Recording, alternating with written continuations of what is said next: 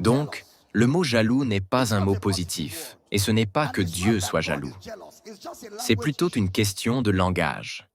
Ce mot jaloux est une question de langage, et il a été utilisé par Moïse. Regardons où il l'a utilisé à nouveau. Exode 34, 14. Car tu ne te prosterneras pas devant un autre Dieu, car l'Éternel, dont le nom est jaloux, est un Dieu jaloux. Deutéronome 6, 15. Car l'Éternel, ton Dieu, est un Dieu jaloux au milieu de toi, de peur que la colère de l'Éternel, ton Dieu, ne s'enflamme contre toi et qu'il ne te détruise de dessus la face de la terre. Ici, le mot jaloux a à voir avec quelqu'un qui est affectueux envers les siens ou zélé pour ce qui lui appartient. Quelqu'un qui est affectueux envers ce qui lui est propre ou zélé pour ce qui lui appartient. Quelqu'un qui est affectueux envers ce qui lui appartient ou zélé pour ce qu'il possède.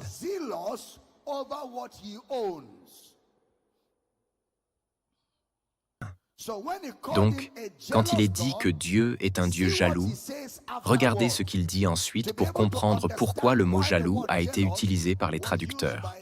Souvenez-vous que le langage est progressif.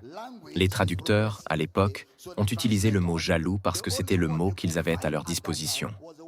Nous allons faire une petite étude de mots en quelques minutes. Exode 25. Tu ne te prosterneras pas devant elles, et tu ne les serviras pas.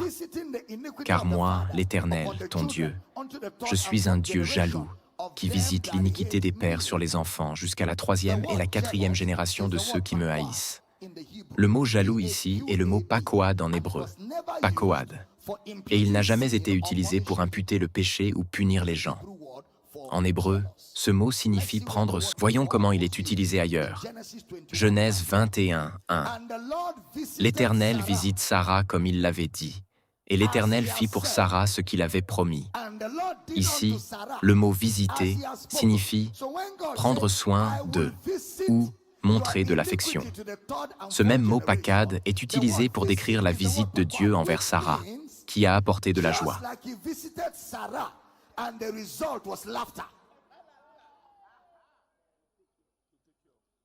Promis. Ici, le mot visiter signifie prendre soin de ou montrer de l'affection. Ce même mot pakad est utilisé pour décrire la visite de Dieu envers Sarah.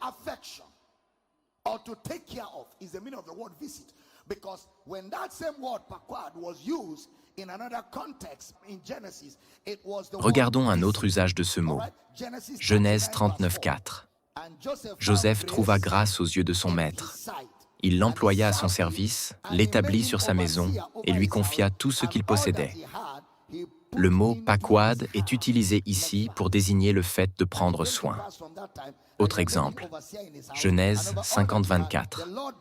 Joseph dit à ses frères, « Je vais mourir, mais Dieu vous visitera sûrement, et il vous fera remonter de ce pays dans le pays qu'il a promis par serment à Abraham, à Isaac et à Jacob. » Ici encore, le mot « visiter » signifie prendre soin d'eux. Jusqu'à ce point, le mot « visiter » utilisé par Dieu n'a jamais signifié punir. Autre exemple, Genèse 50, 24.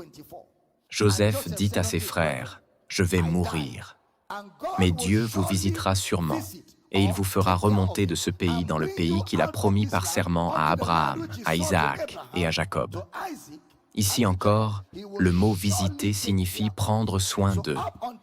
Jusqu'à ce point, le mot « visiter » utilisé par Dieu n'a jamais signifié punir. Exode 3,16.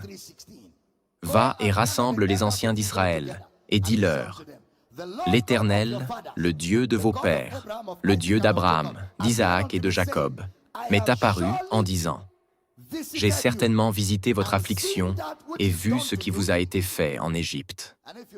Et si vous suivez la logique, c'est pour cela qu'il les a délivrés. C'est pour cela qu'il a pris soin d'eux. C'est pour cela qu'il les a visités. Un autre passage pour nous aider. Exode 13, 19, partie B. Dieu vous visitera certainement, et vous emporterez mes os avec vous. C'était la prophétie de Joseph à ses enfants. Il leur disait qu'un jour viendrait, même s'il était mort dans ce pays où ils vivaient, où Dieu les visiterait. Et lorsqu'ils quitteraient ce pays, ils devaient emporter ses os avec eux. Il leur disait, « Quand Dieu prendra soin de vous, prenez aussi soin de moi. Même si je ne suis pas là physiquement, assurez-vous d'emporter mes os avec vous. » Ainsi, le mot « visitation » ne signifie pas punition. Il ne signifie pas imputer le péché. Le mot « visitation » signifie prendre soin. Donc, le mot « visiter » est exclusif dans le contexte de Moïse et signifie prendre soin. Revenons à Exode 25. « Tu ne te prosterneras pas devant elles, et tu ne les serviras pas, car moi, l'Éternel, ton Dieu, je suis un Dieu affectueux, qui prend soin de l'iniquité des pères sur les enfants jusqu'à la 3e et la 4e génération de ceux qui me haïssent. Ainsi, lorsque les pères ont mal agi, je prendrai soin de ce mauvais comportement en protégeant leurs enfants de leur iniquité. Je prendrai soin de vos enfants. Même si vous me haïssez, même si vous m'avez fait du mal, je protégerai vos enfants de votre mal par mes soins. » Ce passage n'est pas une écriture pour briser des malédictions, mais pour célébrer Christ. C'est une écriture pour célébrer la bonté et la bienveillance de Dieu. Une fois que vous comprenez cela, même si vous pensez qu'il y avait une malédiction, maintenant vous êtes libre. Vous êtes totalement libre.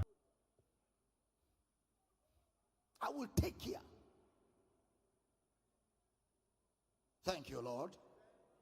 God is not vengeful. He's merciful. He's a redeemer. He wants to save. He wants to bless. The only involvement of God in any situation is salvation. Salvation, redemption. Nombre 14, 18. L'Éternel est lent à la colère et riche en bonté. Il pardonne l'iniquité et la rébellion, mais il ne tient pas le coupable pour innocent. Et il visite l'iniquité des pères sur les enfants jusqu'à la 3e et la 4e génération. Cependant, même si les générations précédentes ont péché, les enfants d'Israël sont entrés dans la terre promise, prouvant que Dieu n'utilise pas les fautes des pères pour punir les enfants. En conclusion, Dieu est bon, miséricordieux, et il se soucie de son peuple. Il n'est pas vengeur. Toute malédiction supposée de votre passé est annulée en Christ. Vous êtes un homme nouveau, libéré et béni. La première génération de ceux qui adoraient des idoles et qui sont morts dans le désert. Si vous vous souvenez, tout le monde n'est pas entré dans la terre promise parmi ceux qui sont sortis d'Égypte. Beaucoup sont morts en chemin. Donc, si Dieu avait réellement utilisé l'idolâtrie pour punir leurs enfants, jusqu'à la 4e génération, alors ces enfants n'auraient pas dû entrer dans la terre promise. Mais ce n'est même pas la 3e génération qui est entrée, c'est la première génération. Cela signifie qu'il n'y avait aucune malédiction.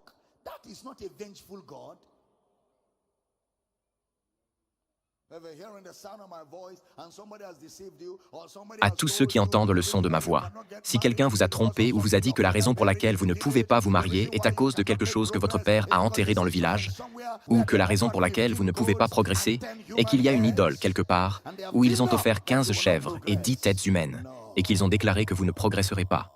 Non, toutes choses anciennes sont passées. Voici, toutes choses sont devenues nouvelles. Si vous vous levez et criez « Amen », vous baignerez dans la grâce, vous baignerez dans la bénédiction. Vous profiterez du réconfort du Saint-Esprit. Que quelqu'un proclame « Je reçois la révélation ». Que quelqu'un dise « J'augmente dans la connaissance de Dieu ». C'est un domaine où votre esprit doit être corrigé. Dieu ne se venge pas des gens. Il aime les gens. C'est sa bonté qui conduit à la repentance. Remplissez donc votre esprit de pensée sur la bonté de Dieu tout au long de l'année. Je ne sais pas ce que quelqu'un vous a dit à propos de votre village ou de ce qui se passait dans votre famille. Mais ce matin, par la grâce apostolique de Dieu et par la révélation de la parole de Dieu, je déclare, aucun passé n'a d'emprise sur votre avenir. Aucun passé n'a de pertinence pour votre destinée.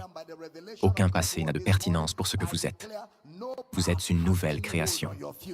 Vous êtes supérieur au diable. Vous êtes supérieur aux incantations. Vous êtes supérieur aux idoles. Vous êtes supérieur aux installations sataniques. Si votre amen est plus fort, manifestez la victoire. Manifestez la victoire. Manifestez la victoire. Partout où vous allez, la faveur vous accompagnera. Manifest victory. Manifest victory. Anywhere you turn, favor will be walking. Somebody shout, I expect favor.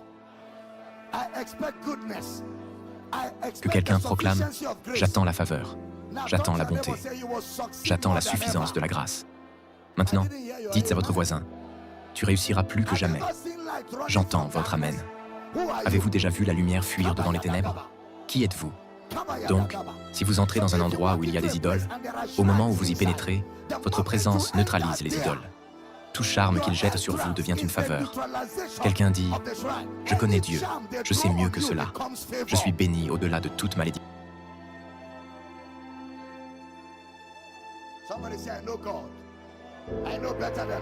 Quelqu'un dit « Je connais Dieu, je sais mieux que cela. Je suis béni au-delà de toute malédiction. » Laissez-moi conclure avec ceci. Ils ont dit à Balaam de maudire Israël. Quelle a été sa réponse? C'était même avant que Jésus ne meure. Oui, même avant que Jésus ne meure, ils ont dit à Balaam de maudire Israël. Balaam a répondu, « Comment pourrais-je maudire un homme que Dieu a béni? Êtes-vous béni? » Alors criez, « Plus jamais de malédiction. » Avant même que Jésus ne meure, Balaam a dit, « Comment? Comment? Ah!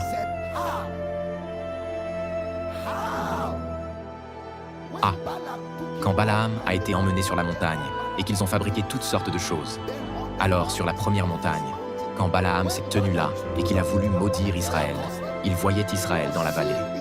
Il était sur la montagne et, en se retournant pour maudire Israël, il a ouvert la bouche et a dit, « Je te bénis, je te bénis. Il y a quelque chose que vous portez, même si les gens résistent. À votre présence, vous serez acceptés. Personne ne crie Amen. Les œuvres de vos mains sont bénies. »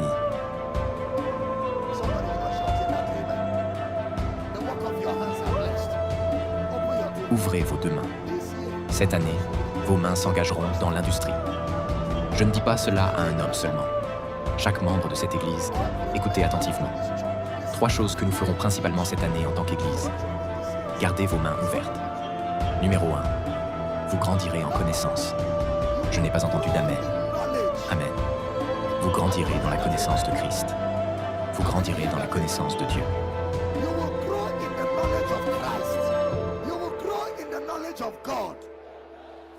Numéro 2. Vous gagnerez de l'argent. Je n'entends pas d'amen du tout. Numéro 2. Vous sauterez de joie. Vous gagnerez de l'argent. Préparez-vous à enregistrer des entreprises. Préparez-vous à résoudre des problèmes sociétaux. Quelqu'un crie, « Je résoudrai les problèmes de cette société. Je gagnerai de l'argent. »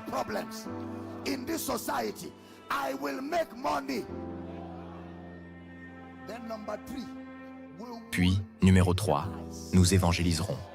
Quelles sont les 3 choses que nous ferons cette année en tant qu'Église? Numéro 1, numéro 2, numéro 3.